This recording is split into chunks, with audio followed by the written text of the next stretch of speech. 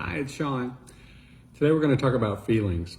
I recently made a post about the word feel because it is one of the F words in my new book, Effortless.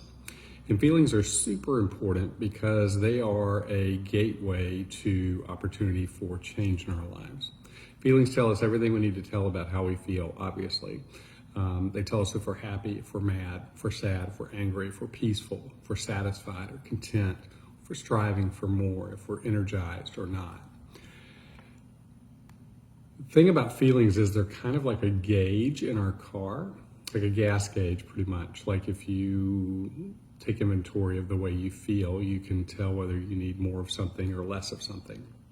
And if we have good feelings, we tend to not think about it so much because good feelings are frankly good, and we tend to not want to change much when it's good. What about bad feelings?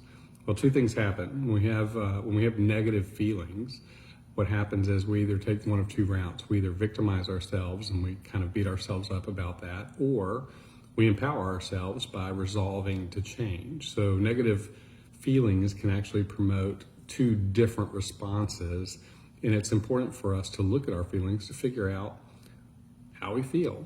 Do we feel good? Is everything good? Is everything in check? Are we happy with where we're going? Great. Are we not? Do we have some negative feelings that we need to address or assess and figure out whether it's us or whether it's something in our environment? Because feelings are an indicator of energy at the end of the day. And if we are not experiencing the level of energy that we want to experience, we've got to do something about it. And obviously feelings are our first line of defense on that. And it can say, hey, you've got to do something internally. You've got to do some work on yourself, or you've got to make some changes for the way you behave to maybe get some of the things that you want.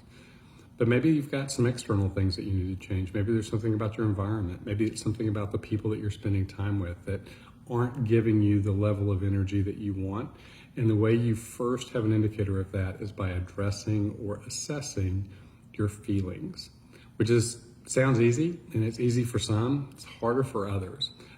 And sometimes it's easy for some things and harder for other things for us, and it's not a person thing one way or the other. But regardless, address and assess your feelings, because they could be the first indicator that something about you or your environment needs to change. Thanks for listening.